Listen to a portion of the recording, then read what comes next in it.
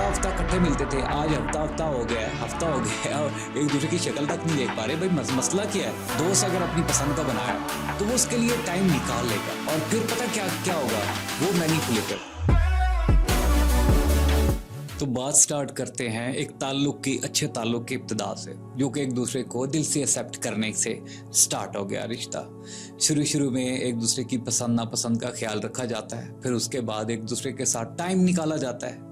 और of course इंसान चाहे जिस भी सिचुएशन में फंसा हुआ हो, और अगर बंदा पसंद का है, दोस्त अगर अपनी पसंद का बनाया है, तो वो उसके लिए टाइम निकाल लेगा, किसी भी सिचुएशन में वो टाइम निकाल लेगा। So the point is, time निकाला जाता है, फिर साथ में इकट्ठे घूमा जाता है, फिरा जाता है। लाइक अपनी पसंद नापसंद का ख्याल वो आपका रख रहा होता है, आप उसके रख रहे होते हैं, और इस तरीके से चीजें सही चल रही होती हैं। फिर पता क्या होता है, आपकी साइड से तो चीजें ठीक होना स्टार्ट हो जाती हैं,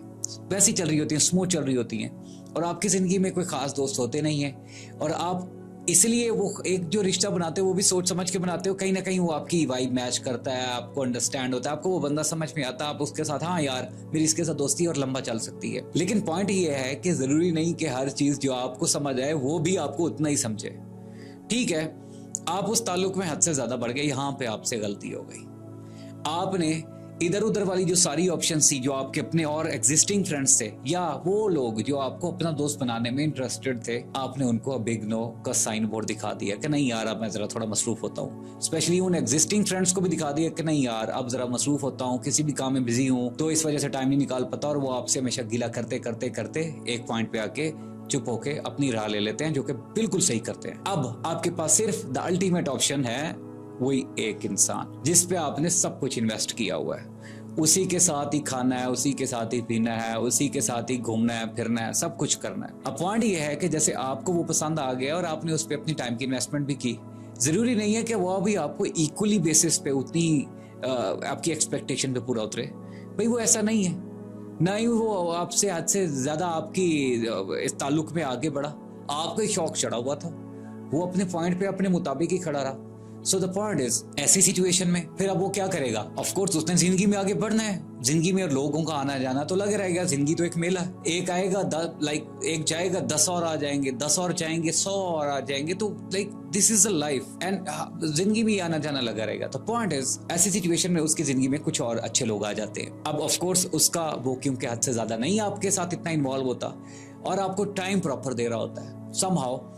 अब वो उनका उसका जो रुझान है आपकी साइड से छोड़ के अब वो उस साइड पे होना स्टार्ट हो जाता है।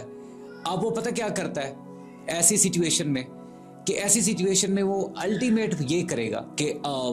आहिस्ता आहिस्ता वो जो टाइम आपको देना था वो आहिस्ता आहिस्ता उसको देना स्टार्ट करता है, आहिस्ता आहिस्ता उसको देना स्टार्ट करता है। यहाँ पे आपको भी जरा थोड़ा फीलिंग आना स्टार्ट होती है, यार जहाँ पे हम हफ्ता हफ्ता इकट्ठे मिलते थे, आज हफ्ता हफ्ता हो गया है, हफ्ता हो गया है, एक दूसरे की शक्ल तक नहीं देख पा रहे। भाई मसला क्या है? आप अपने लिहाज से इमोशनली क्योंकि उसके साथ अटैच होते हो,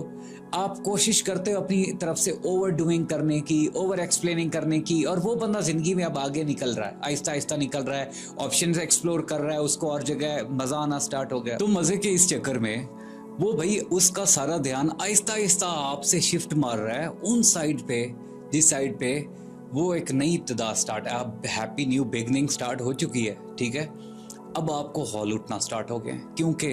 आपने पता क्या किया, वो ऑलरेडी जो मैंने आपको गलती याद करी है कि आपने उस एक के चक्कर में बाकी सब पे स्टॉप का ठप्पा लगा दिया था, बाकी सबको से नो ऑफर बोर्ड लगा दिया, सबको बता दिया कि भाई हाँ ठीक है यार मैं जरा मसरूफ हूँ, आप अपना काम करें। आपने अच्छे एग्जिस्टिंग अच्छे लोगों को भी अपने आप से दूर किया, और जो अच्छे लोग आपसे जुड़ना चाहते थे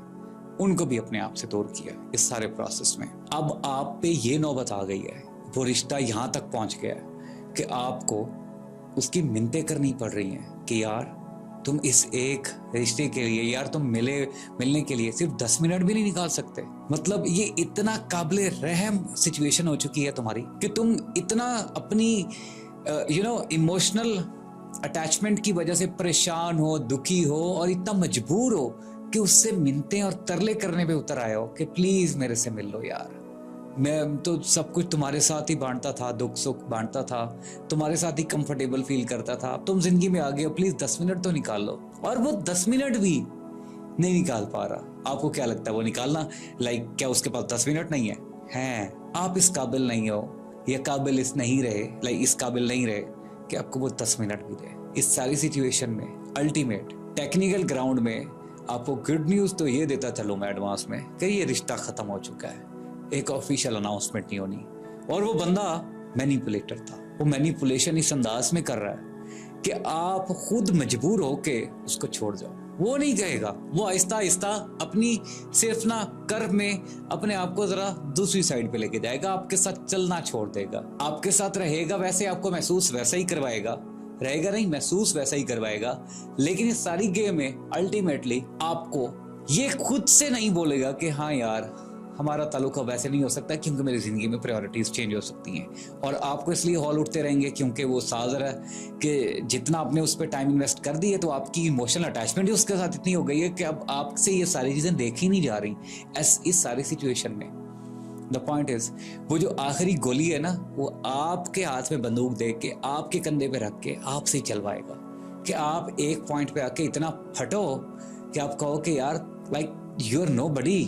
और फिर पता क्या क्या होगा, वो मैनिपुलेटर जिसको आप अपना दोस्त समझ रहे थे, इतने सालों से टाइम इन्वेस्ट किया, वो इस चीज को भी आपके खिलाफ इस्तेमाल करेगा अपने पुराने दोस्तों में जाके कि यार देखो मैं तो चलना चाह रहा था, उसको जल्दियां लगी हुई थी, वो ही मेरे से ओवर डूइंग और ओवर एक्सपेक्टेशंस कर रहा था। बात तो सच है, टेक्निकली देखा जाए वो तो अपने लिहाज से सही खड़ा था, आप ही हद से ज्यादा औकात से ज्यादा बढ़ के खेल रहे थे। सो द पॉइंट इज, एक ही एडवाइस, जिंदगी में सबसे जो बुरी आदत होती है ना, वो इंसान की होती है, बहुत मुश्किल से जाती है। लोग इस आदत की बेस पे अपनी जिंदगी को खुद खत्म कर बैठते हैं। अगर तो आपको कोई भी जिंदगी में ऐसी सिचुएशन क्रिएट हो रही है, कोई भी शख्स आपकी आदत बनने जा रहा है, आपको महसूस हो रहा है, आपको पैटर्न कोई ना कोई बन रहा है, एस्टेब्लिश हो रहा है, इमीडिएट स्टॉप। यहाँ पे स्टॉप करने से आपको आइडिया नहीं है कि आप कितनी पावरफुल स्टेट में चले जाओगे, क्योंकि आगे जाके अगर ये स्टॉप ना लगाया और उधर से स्टॉप लग गया तो फिर आप जिंदगी में इतना इमोशनली डिटैच फील करोगे, अपने आप को इतना इमोशनली स्नब फील करोगे, डाउन फील करोगे, जिंदगी में दोबारा कम बैक करोगे जरूर, लेकिन काफ़ी लेट हो जाएगा। सारे प्रोसेस में अपना टाइम वेस्ट हो जाएगा, अच्छे लोग हाथ से निकल जाएंगे, एग्जिस्टिंग अच्छे लोगों को ऑलरेडी आप अपने हाथ से तोड़ बैठोगे, ठीक है, दुश्मनों को दोस्तों को दुश्मन बना बैठोगे इस सारी गेम में। सो whenever you feel like you have been attached with someone, yeah, you are going to attach with someone, अंदर से कुछ ऐसी फीलिंग्स हैं कि हाँ तुम ओवरडूइंग करने लग गए हो, just stop it, consciously pause दो, क्योंकि ये चीज़ आगे जाके तुम्हारी बुरी आदत ना बन जाए। और ये बुरी आदत किसी भी इंसान को, आम इंसान को, एक नॉर्मल इंसान को पागल करने में, उसकी ज़िंदगी को डुबाने में काफ़ी होती है। अपना ख्याल रखना और हाँ, वेक अप।